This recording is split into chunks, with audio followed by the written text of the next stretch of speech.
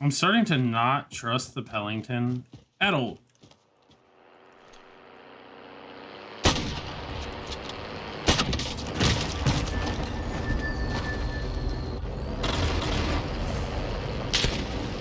This is a conspiracy.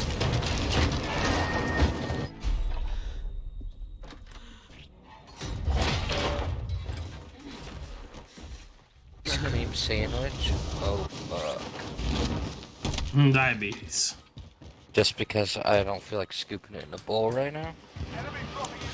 Dude, Whoa! you don't scoop it in a bowl, you just take your glass and shove your glass into the thing, and then just scoop it out with your glass, and then eat it out of that.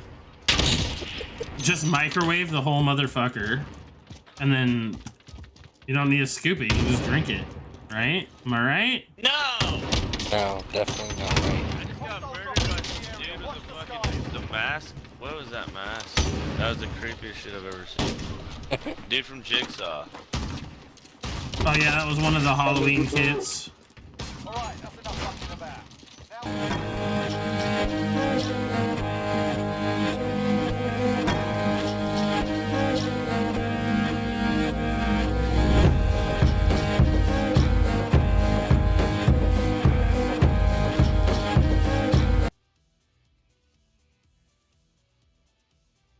I am Jaquenov, and this is war.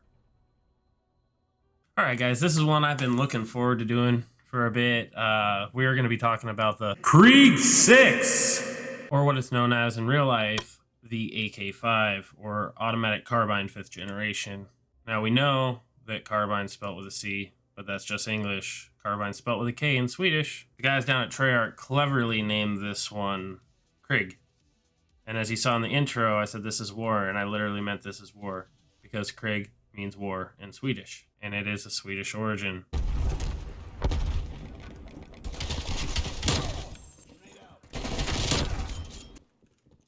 I don't think so. I think it's... No, I'm definitely not giving Facebook my debit card information. It may be linked to my PayPal. Yeah, but PayPal has secured.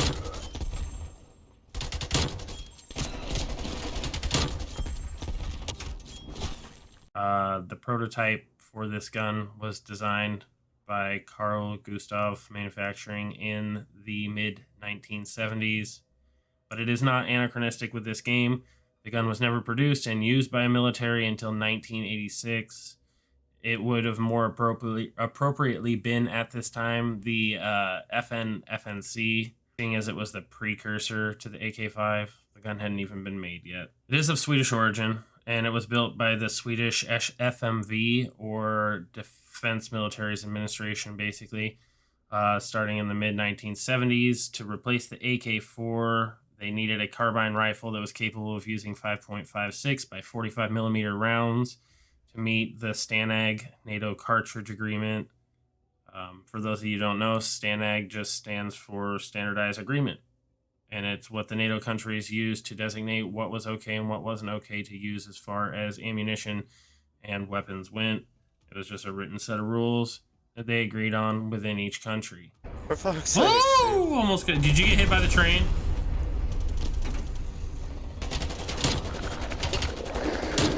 No, this cunt tried killing me though, and I'm scared now. Fucking with the wrong motherfucking dog. Hostile RCXD in your AO.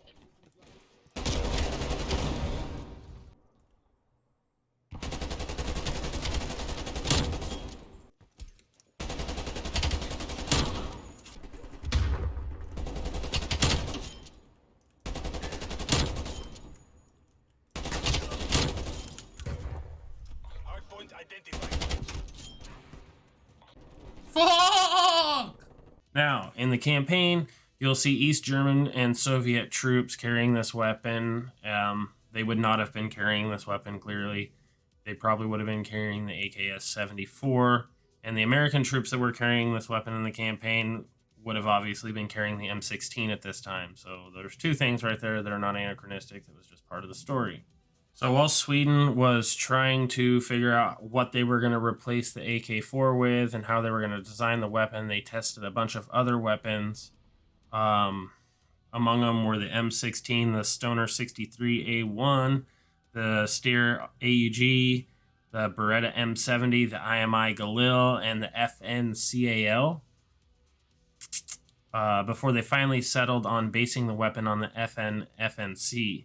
So stylistically, in the game, you can make this gun very FN looking.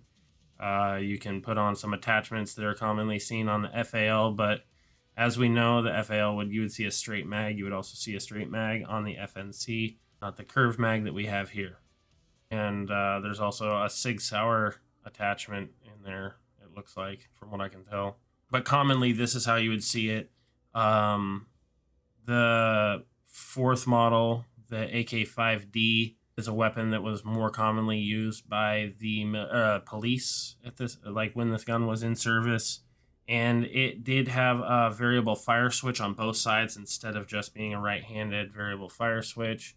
And it also was just set to be semi-automatic, but it had a hex nut in the base that could be pulled at any time so that they could use the full auto fire rate on it. Basically like a cotter pin in a M4 or AR-15.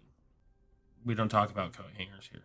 Out for the Krig 6, I'll probably start with infantry compensator for the recoil control, bullet velocity off the barrel for the Ranger.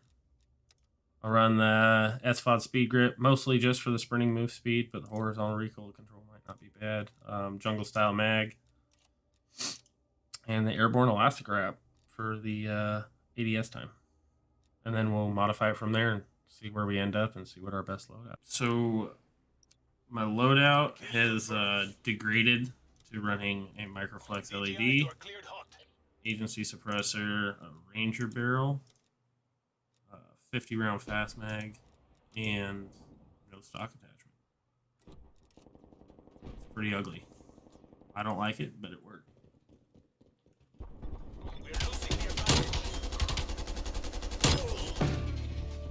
Oh my god, these guys are bitches!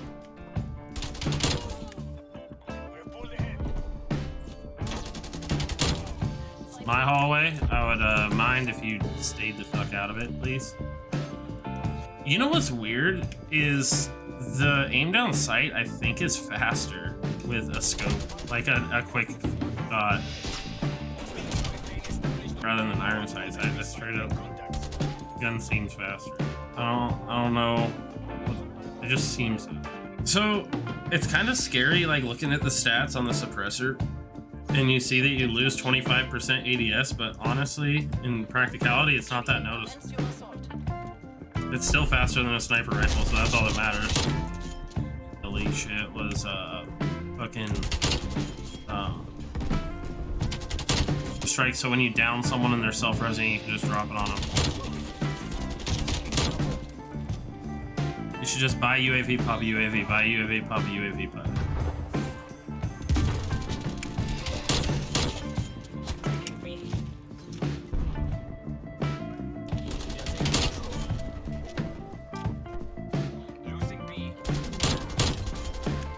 Do you have the...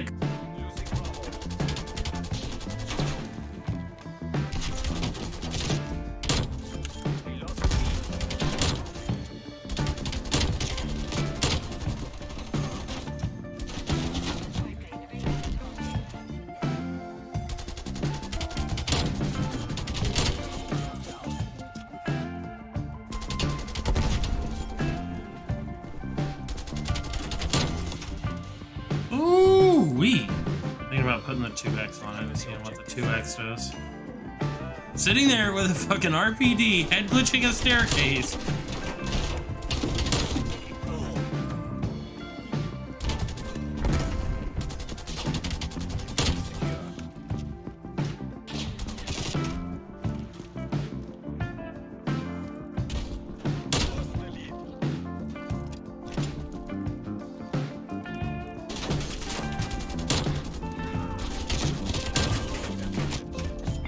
I got 3 of them, but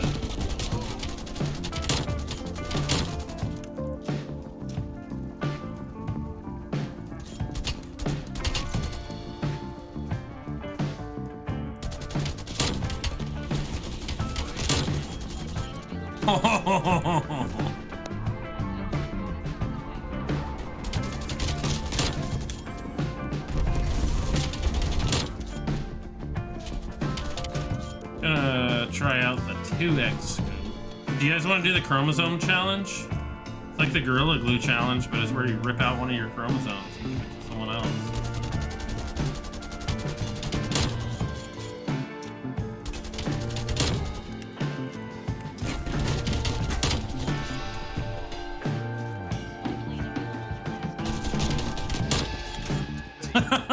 God damn. Watch this. This is gnarly.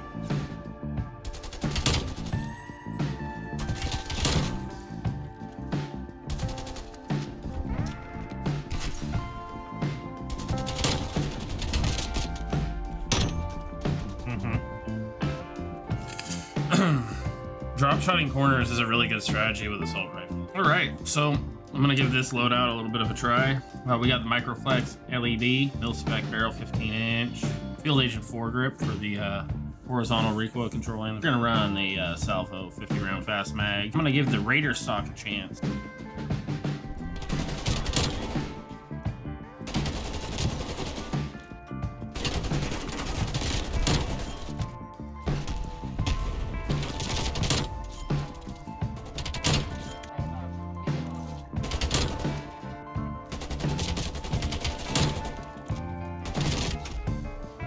Do you know those gunfights you get in that just really piss you off because if you know one bullet would have hit him in the face, he would have won the gunfight?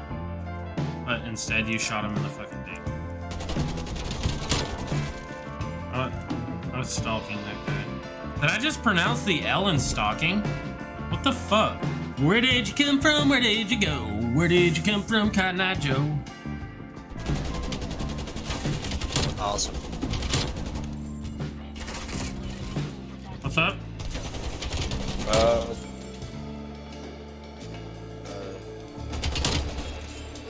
Jordan called me, fucking. So we have this loadout with a Diamondback reflex now, the mil-spec barrel, field agent grip, Enemy has C. STANAG 50, and a Raider. Taking Bravo. I'm gonna go no stock actually. Oh! Secure. I was noggin. I just tried to circle around there to see.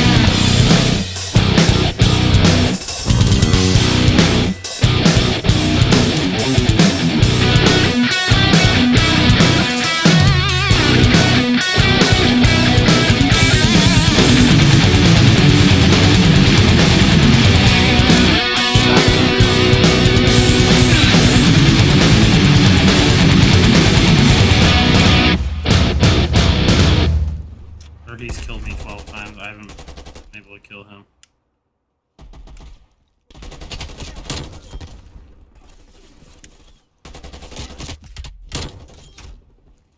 So I'm going to go ahead and I'm going to say this is my best loadout for the Krig 6. Got the Diamondback reflex optic. You could also use, I mean, pretty much any optic.